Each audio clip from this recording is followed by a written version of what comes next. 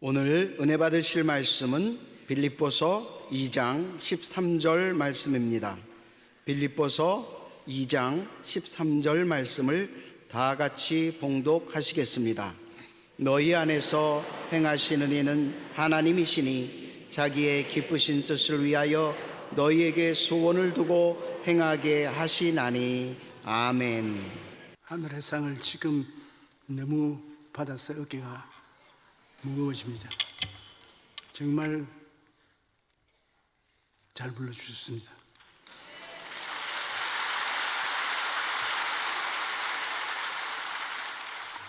한복을 저렇게 곱게 입고 나오니까 천사들이 내려온 것 같습니다.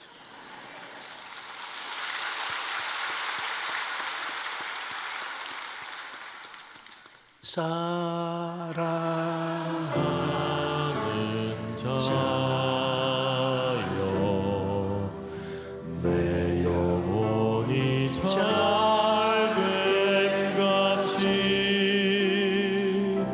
내가 범사에 잘되고 강건하기를 내가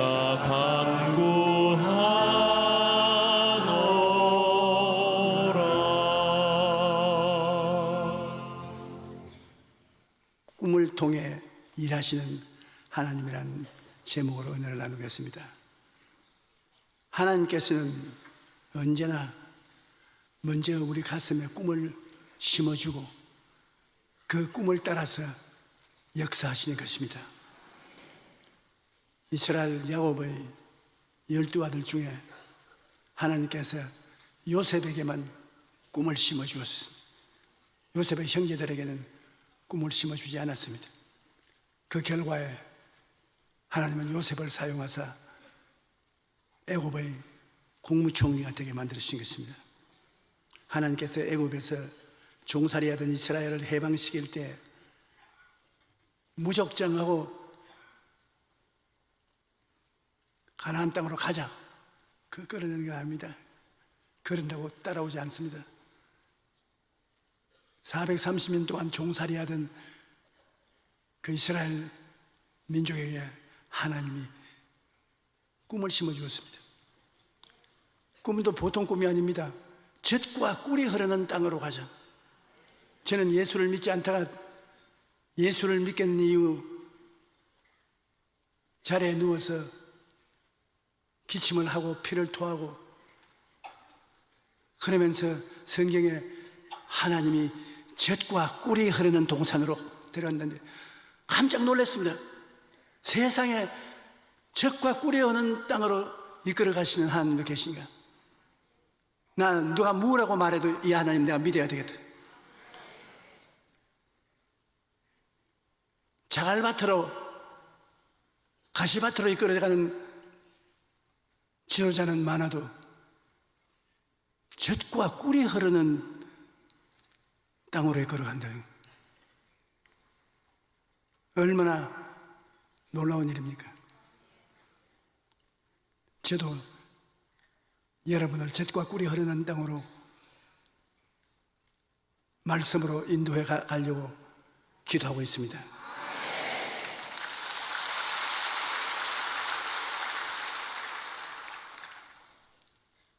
꿈이 인생을 이끌고 간다는 것을 제가 너무 말을 많이 하는 것 같아도 다 들어놓으면 복이 됩니다.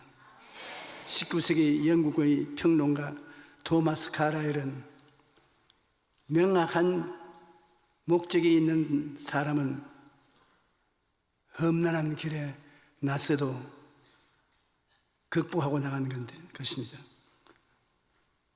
아무런 목적이 없는 사람은 가장 평탄한 길에서 실패하고 나아가지 못합니다. 꿈이 없는 사람은 뗏목과 같습니다. 강물이 흐르는 대로 이리저리 떠밀려 다니는 뗏목처럼 주변 환경이나 여건에 따라 흔들리고 마는 것입니다. 그러나 꿈이 있는 사람은 모터보트와 같습니다.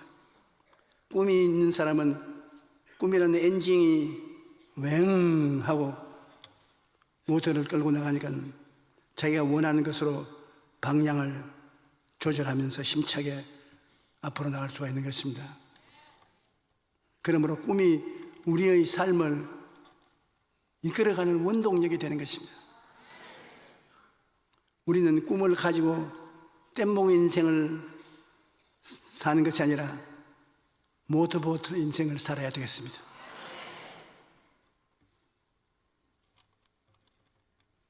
출애굽기 3장 8절에 내가 내려가서 그들을 애굽인의 손에서 건져내고 그들을 그 땅에서 인도하여 이 아름답고 광대한 땅, 젖과 꿀이 흐르는 땅, 곧 가나안 족속, 헷 족속, 아모리 족속, 브리스 족속, 히비 족속, 여부스 족속의 지방에 데려가려고 하노라고 말씀을 하셨습니다. 어떻게 하다가 젖과 꿀이 흐르는 땅이 됐을까요? 그곳으로 인도하시겠다는 하나님의 말씀은 이스라엘 백성들의 가슴을 설레게 하지 않을 수 없습니다. 요사이 전세값이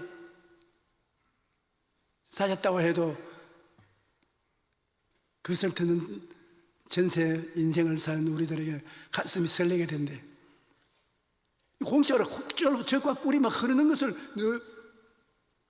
앞으로 등기 이전을 해주겠다. 그런데 그 소리 듣고도 박수 안 치고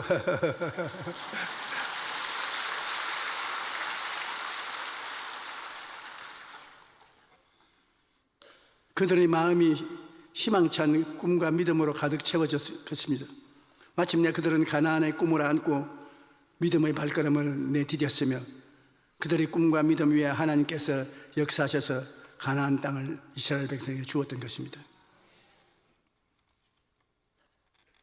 민수기 14장 6절로 8절을 보면 그 땅을 정탐한 자 곧 눈의 아들 여호수아와 여분네의 아들 갈렙이 자기들의 옷을 찢고 이스라엘 자손의 온 회중에게 말하여 이르되 우리가 두루 다니며 정탐한 땅은 심히 아름다운 땅이라 야훼께서 우리를 기뻐하시면 우리를 그 땅으로 인도하여 들이시고 그 땅을 우리에게 주시리라. 이는 과연 젖과 꿀이 흐르는 땅이더라. 모세가 12명의 정탐꾼을 가나안 땅에 40일 동안 정탐하도록 명령을 해서 내보냈습니다. 그런데 10사람의 가슴 속에는 살아계신 야훼 하나님이 없었습니다. 인본주의죠. 인간의 생각만 있었습니다. 그래서 땅을 보니까 인간적으로 본 땅은 볼 일이 없었습니다. 성은 보니 굉장히 높아 보입니다. 우리 이스라엘 촌놈들이 도저히 등산 올라가도 못 올라갈 정도로 높은 성으로 보입니다. 그 지역에 사는 사람들은 보니까 잘 먹고 잘 입고 잘 살아서 키가 8대 장성이에요. 지금은 거인들이 살고 있어요. 우리는 그들하고 비교하면 메뚜기 때예요. 그렇게 보았습니다. 왜?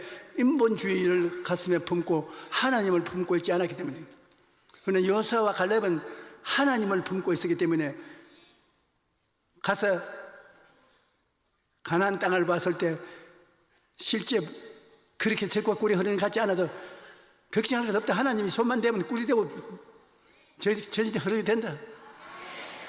그 다음에 성은 보고 저게 뭐 더 높은 성이라고. 별들 봐라 얼마나 높으냐. 저런 별들을 지으신 하나님이 우리와 같이 있던 성을 보고 물러가. 한마디면 끝장이다.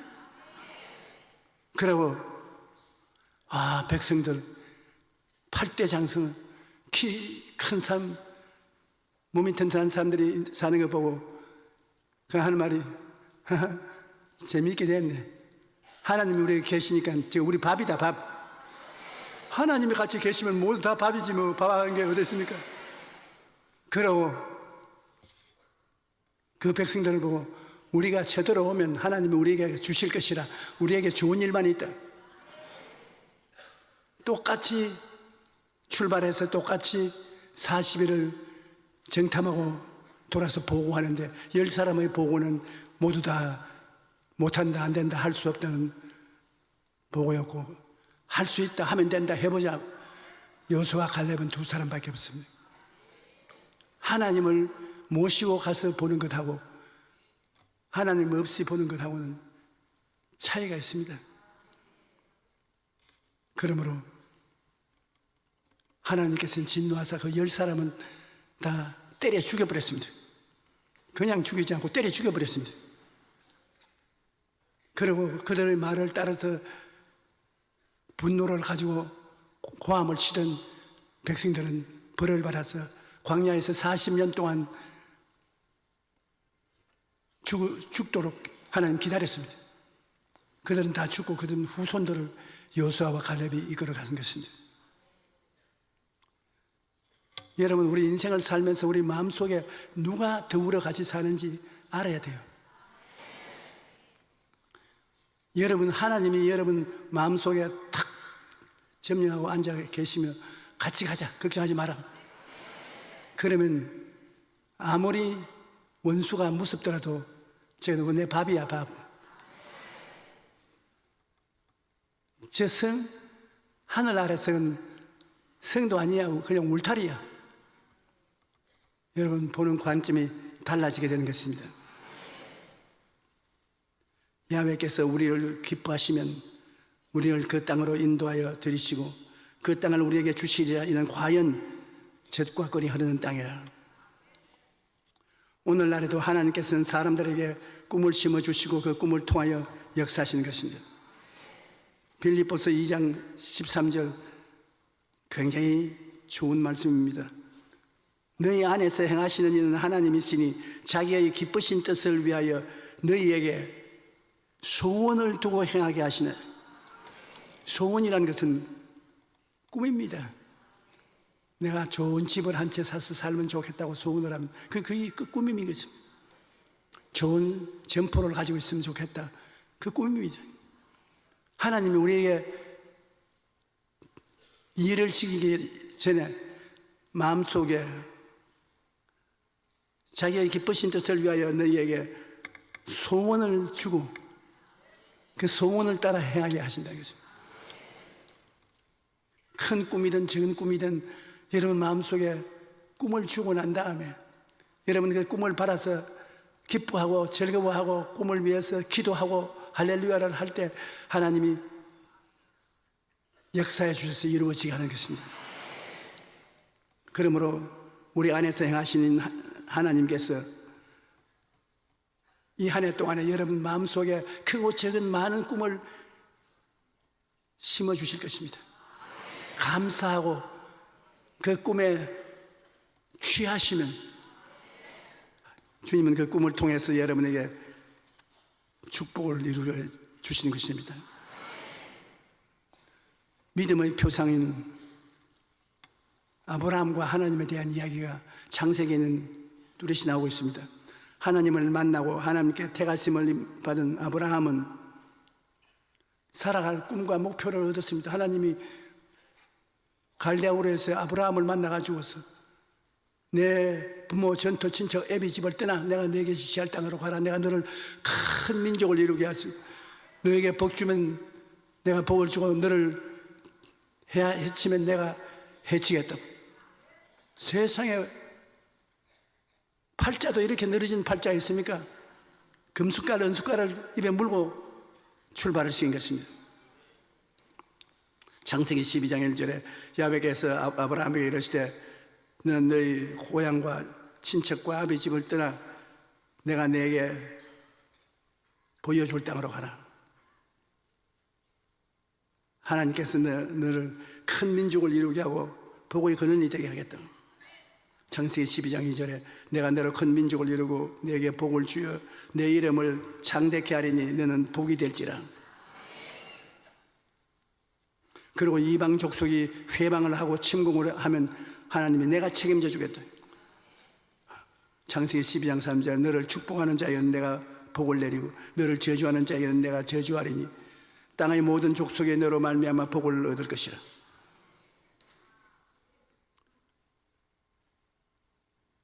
이와 같이 하나님의 은혜와 꿈을 받았음에도 불구하고 아브라함은 처음부터 에이샤 우리보다 훌륭한 사람 아니었습니다.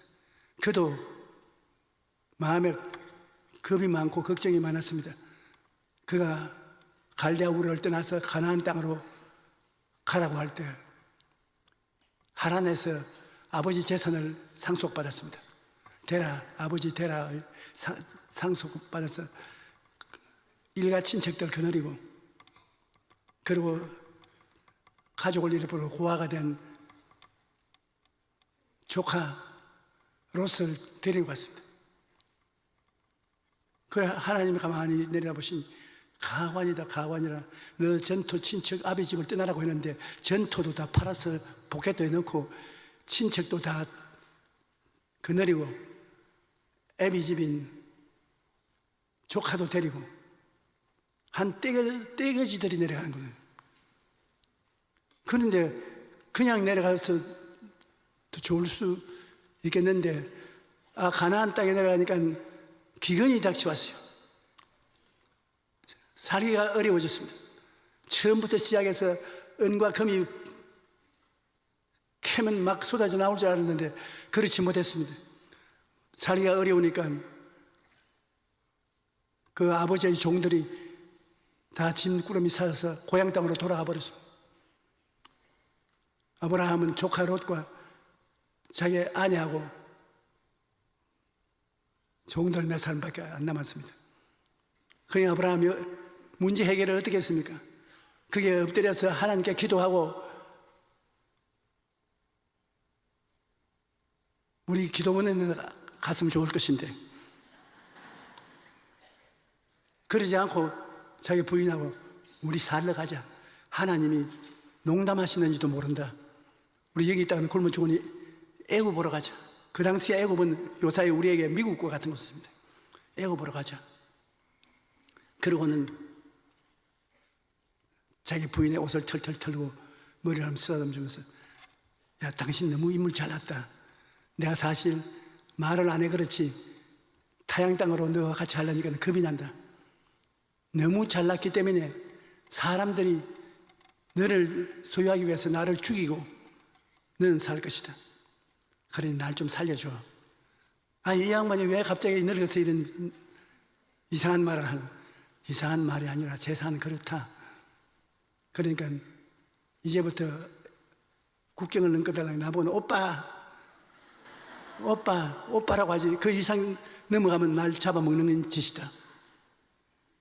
그래 가지고서 마누라하고 애굽에 건너가서 아니 오빠 하다가 그 마누라도 뺏겼어요. 신하들이 보고 얼굴이 검은 사람에 비해서 허여멀건 아름다운 여자를 보았는데 70이 넘었는데도 불구하고 어린애기를 낳지 않고 그동안 남편하고만 살았기 때문에 늙지를 않았습니다. 바로가 당장 자기 아내로 받아들이고, 아브라함 처남 이리 와 밥 먹자. 이런 꼬락서니가 있습니까? 하나님이 보고 아유 못난 놈, 참 저런 놈을 믿음의 조상으로 만들자니 앞길이 캄캄하다. 그러나 하나님께서 적당한 때 바로의 집안을 내리쳤습니다. 집안이 풍지박산이 되니까 그들도 어찌할 뻔하나 벌벌 떨고 알아보니까 아브라함은 사라의 남편이지 오빠가 아니었어. 그 정체가 드러나자 왕이 호함을 치고 너 때문에 우리 나라가 망하게 될 뻔하게 돼. 왜 거짓말을 하냐? 한시가 보기 싫으니 빨리 나가라. 내가 데리고 살은 날짜 서슴지 않게 붙어서 은과 금과 짐승들을 줘서 보내라. 그래가 그 아내의 미모 때문에 죽을 뻔도 당하고 부자가 돼가지고서 다시 가나안 땅으로 돌아왔습니다. 그러므로 아브라함이라고 해서 시험이 없는 것은 아닙니다. 여러분도 주님을 믿는데 왜 나는 시험이 있느냐? 하나님이 시험을 쳐보는 것입니다. 여러분 시험을 쳐보고 합격이 되면 될수록 하나님이 복을 더 많이 주시는 것입니다. 창세기 12장 5절에 보면 아브라함이 그의 아내 사레와 조카 롯과 하란에서 모은 모든 소유와 얻은 사람들을 이끌고 가나안 땅으로 가리고 떠나니 마침내 가나안 땅에 들어갔더라. 기근이 다가왔을 때 믿음으로 극복지 않고 인간 지혜로 애굽으로 내려간 것을 성경은 분명히 말하고 있는 것입니다. 그 땅에 기근이 들었으므로 아브라함이 애굽에 거류하려고 거리로 내려갔으나 이는 그 땅에 기근이 심하였음이라. 그가 애굽에 가까이 이르렀을 때 그 아내 사레에게 말하되 내가 알기에 그대는 아리따운 여인이라. 애굽 사람이 그대를 볼 때 이르기를 이는 그의 아내라 하여 나는 죽이고 그대는 살리리니 원하건대 그대는 나의 누이라 하라. 그러면 내가 그대로 말미암아 안전하고 내 목숨이 그대로 말미암아 보존되리라. 아브라함이 아내는 착한 아내를 얻었습니다. 아내가 남편 부상당할까 싶어서 입에 오빠를 달고 다녔습니다. 오빠 이리와 저리가. 그러나 거짓말한 것이 드러나도 말한 것입니다. 우리가 아브라함이나 우리나 마음의 꿈이 강력한 동기를 부여하는 것입니다. 꿈이 있어야 일을 하는 것입니다. 꿈이 있지 않으면 일을 안 하는 것입니다. 오늘날 경쟁사회인 것입니다. 학생이든 직장이든 사업가든 경쟁을 피할 수가 없습니다. 이러한 경쟁에서 누가 성공을 할까요? 그것은 꿈을 가진 사람이 성공합니다. 왜냐하면 꿈이 가장 강력한 동기부여의 요인이 되는 것입니다. 꿈이 있으니까 꿈을 따라 달리는 것입니다. 한 여론조사기관이 약 13년 동안 미국인들의 업무 이욕에 대해 조사했는데 70%는 자기가 하는 일에 매우 낮은 이욕을 보였고 30%만 능동적으로 일하면서 높은 생산성을 나타냈습니다. 그런데 이 두 그룹의 가장 뚜렷한 차이점은 바로 꿈이 있느냐 없느냐인 것이었습니다. 직장에서 마지못해 일하는 사람이 능률이 오를 택이 없습니다. 꿈을 가진 사람이 열심히 끝까지 최선을 다하고 나가는 것입니다. 학교에서도 마찬가지입니다. 억지로 공부하는 학생은 좋은 성과를 얻지 못합니다. 꿈을 가지고 자원해서 공부하는 학생은 좋은 결과를 얻는 것입니다. 그러므로 먼저 마음속에 꿈을 심어야 하는 것입니다. 그래야 자신의 분야에서 성공을 거둘 수가 있는 것입니다. 바라봄의 법칙을 보면 뉴욕 맨하탄 할렘에 위치한 데모크라시 프랩 차드 스쿨이라는 뉴욕에서 가장 열악한 초등학교가 있습니다. 이 학교는 소득 수준으로 보면 미국 최하의 가난한 계층의 자녀들입니다. 그리고 가정사정은 80%가 편모스라에 자란 애들이고 편부스라에 자란 것입니다. 아버지 어머니가 이혼한 사람이 80%. 그러니 이 학교는 창립 7년 만에 뉴욕에서 최고의 높은 성과를 내는 공립학교가 되었습니다. 이를 가능케 만든 주인공은 새 안줄 시인데 한국식 교육 시스템을 도입한 이후 최하위 수준에 머물고 있던 학교가 뉴욕의 최우수 학교로 탈바꿈했습니다. 그는 우리나라에서 원주민 교사로 일한 적이 있는데 가난에 벗어나기 위해서 열심히 공부하는 한국인과 세계 10대 가난한 나라에서 속했던 한국이 오늘날 세계 10대 강국이 된 것을 보고 큰 도전을 받았습니다. 그는 열심히 공부하자, 대학에 가자, 세상을 변화시키자는 목표를 가지고 2005년 학교를 설립했습니다. 설립 당시 그는 학생들과 개별 면담을 했는데 대학에 가겠다는 학생은 한 사람도 없었습니다. 그날부터 이 교장 선생님은 학생들에게 꿈을 심기 시작했습니다. 복도와 교실마다 세계 유명한 대학의 깃발과 사진을 가득히 걸어놓았습니다. 또 학생들은 데리고 정기적으로 좋은 대학을 탐방했습니다. 그 결과 이 학교의 고교 졸업 성적을 영어 수학 과목의 합격자 비율이 명문고등학교와 맞먹는 99%에서 98%였습니다. 대학 진학률은 100%였습니다. 바라봄의 법칙을 통해서 학생들이 대학에 가겠다는 꿈을 가지자 어려운 환경 속에서도 이처럼 값진 성과를 낼 수가 있었던 것입니다. 소설가 생텍쥐 베리는 만일 배를 만들게 하려면 사람들에게 넓고 끝없는 바다를 구경하게 만들어 바다를 먼저 보여주면 바다 건너가는 꿈을 꾸게 되고 그 꿈을 꾸게 되면 배를 만들게 되고 꿈이 없는 백성은 망한다고 꿈이 없이 아무것도 이루어지지 않은 것입니다. 여러분, 하버드 대학교 심리학 연구소가 65세 이상 된 퇴직자들을 연구했는데 젊었을 때부터 자신의 목표를 글로 적어 놓고 수시로 끈에 잃는 습관을 가진 사람은 3%는 퇴직 후 최고 부를 누리고 있었습니다.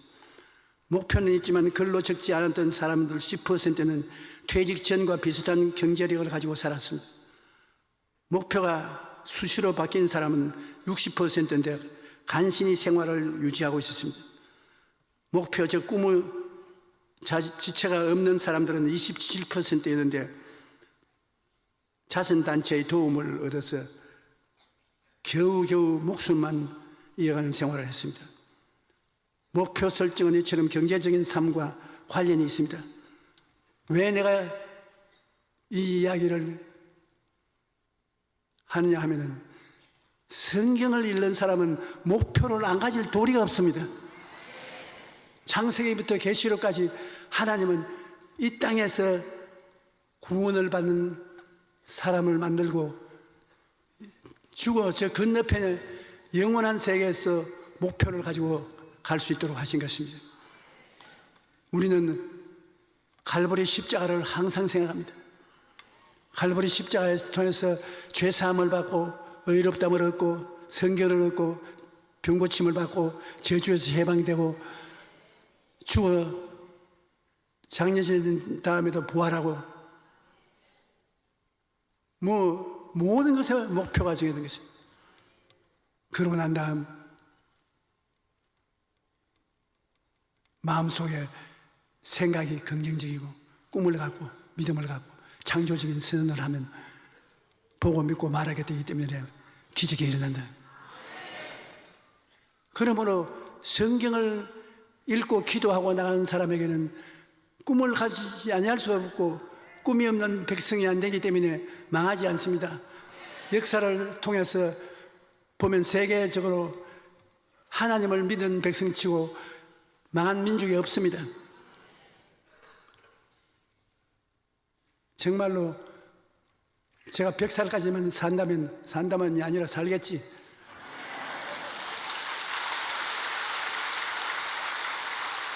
여러분 다 교회 예배 드리면서 성경을 통해서 꿈을 얻어 백만장자가 된 것을 보고 갔으면 좋겠습니다.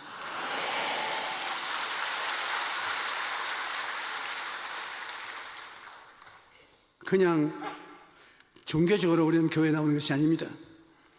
여러분은 생각과 꿈과 믿음과 창조적인 선언을 하면서 그 안에 하나님의 기적을 창조하면서 살아가는 것입니다. 하늘을 우러러 별을 셀 수 있나 보라고 하나님은 아브라함에게 말했습니다. 아브라함이 꿈을 잃어버리고 방황할 때 창세기 15장 4절 5절에 야훼의 말씀이 그에게 임하여 이르시되 너희 집에 있는 종 그 사람이 내 상속자가 아니라 내 몸에서 날 자가 내 상속자가 되리라 하시고 그를 이끌고 밖으로 나가사 하늘을 우러러 별을 셀 수 있나 보라. 또 그에게 이르되 내 자손이 이와 같으리라. 꿈을 가지는 것입니다. 아브라함이 말씀을 믿으니 하나님이 의로 여기셨습니다. 로마서 4장 18절로 22절에 아브라함이 바랄 수 없는 중에 바라고 믿었으니 이는 내 후손이 이 같으리라 하신 말씀대로 많은 민족의 조상이 되게 하리 하심이라. 그가 백세나 되어 자기 몸의 죽은 것 같고 사라의 태의 죽은 것 같음을 알고도 믿음이 약하여지지 아니하고 믿음이 없어 하나님의 약속을 의심치 않고 믿음으로 견고하여져서 하나님의 영광을 돌리며 약속하신 것을 또한 능히 이룰 줄을 확신하였으니 그러므로 그것이 그에게 의로 여기시나니라. 로마서 4장 23절로 24절에 그에게 의로 여기시다기로 한 것은 아브라함만 위한 것이 아니요 의로 여기심을 받을 우리도 위함이니 곧 예수 우리 주를 죽은 자 가운데서 살리신 것을 믿는 여러분도 아브라함의 자손이요 아브라함의 준 축복을 받는다는 것입니다. 우리 주 예수를 믿고 신앙생활을 하는 것은 정말 신바람이 나는 일입니다. 하나님이 같이 하시고 천지와 만물을 지은 하나님이 여러분을 위해서 일하시는데 얼마나 기쁘고 좋은 일인 것입니까? 하나님은 우리를 손잡고 갈 길을 밝게 보여주시는 것입니다. 갈 길을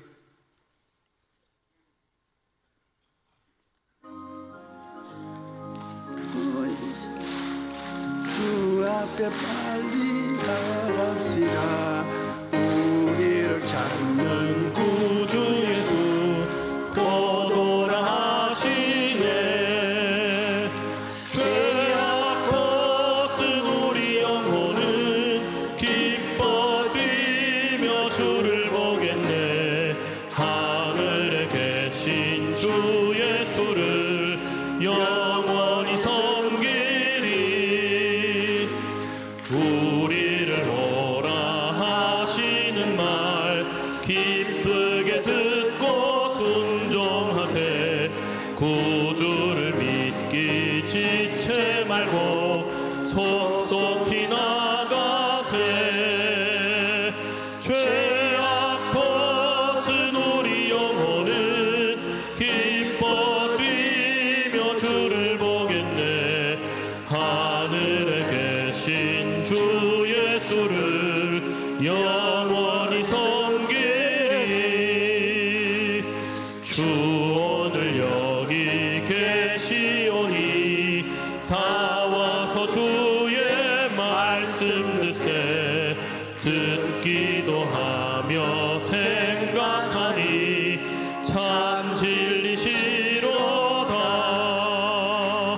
죄악 벗은 우리 영혼은 기뻐 뛰며 주를 보겠네. 하늘에 계신 주 예수를 영원히 섬기리. 여러분 하나님 아버지께서 그 마음이 얼마나 아프시겠습니까? 대화할 자식을 만들어 놓으니 집에 있어서 하나님과 대화하지 않냐고 나가서 마귀하고 대화하고 아버지 말 듣지 않고 마귀의 말 듣고 요사이 꼭 탕자와 같습니다. 할 수 없이 법대로 벌을 받아가지고서 에덴에서 쫓겨나고 저주를 받아 나중에는 육체가 죽어 흙이 되었어요. 아버지께서 너무 답답하셔서 그를 살리기 위해서 그 아들 예수님을 하나님은 아들을 사람이 되게 하시고 예수를 이 땅에 보내셔서 인생의 모든 삶을 그 아들이 다 짊어지게 하신 것입니다. 죄를 짓고 불의하고 추악하고 버림을 받아야 마땅한 모든 것을 그 아들이 다 짊어지고 십자가에 못 박여 고통을 당할 때 아버지가 보기에 얼마나 괴로웠겠습니까? 예수님 십자가에서 하나님이 어찌하여 나를 버리시나이까? 하나님이 그렇게 외칠 때 어지간히 아파야 그런 말씀하시겠습니까? 그 예수님이 그 고통을 당하면서 여러분과 나를 위해서 자기 피를 마시게 하셨습니다. 그 피값은 값이 없습니다. 영원한 무궁한 가치입니다. 피를 마시게 해서 그 살을 찢어 먹게 해서 영원히 썩지 않는 살입니다. 영원히 부활한 생명의 살입니다. 우리는 그 피를 먹고 그 살을 먹고 피를 마시고 새로운 피조물이 되었습니다. 누구든지 그리스도 안에 있으면 새로운 피조물이라. 이전 것은 지나갔으니 보라 새 것이 되었다.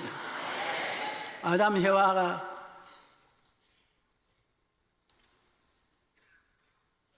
하나님에게 처음 지음을 받은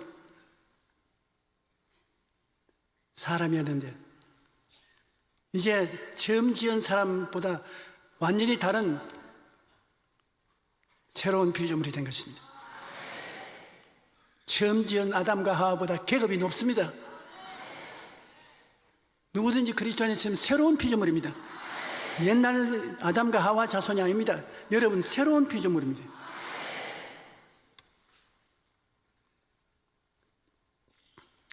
이제는 하나님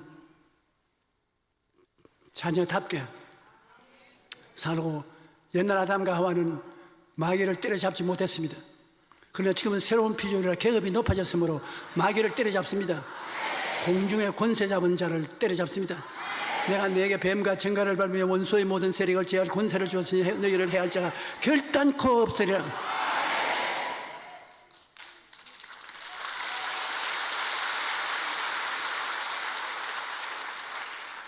여러분 보통 사람 아닙니다. 옛 아담과 하와의 자손들과 다르고 옛날 사람과 다르고 예수님 통해서 새 사람이 되고 계급이 영적으로 4차원의 영성 속에 깊이 들어온 삶을 살게 되었습니다. 나중에 시간이 있을 때 더 깊이 저하고 나누십시다.